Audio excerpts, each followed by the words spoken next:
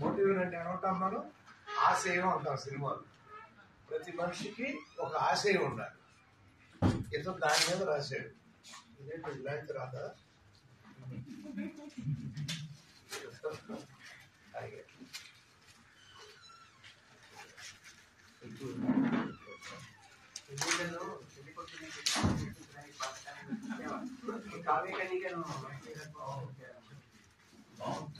అక్షర GVT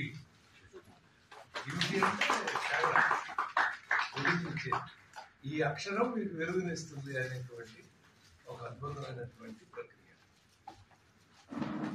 నీ చెప్తోనే వాళ్ళకి నాకు ఇచ్చాడు.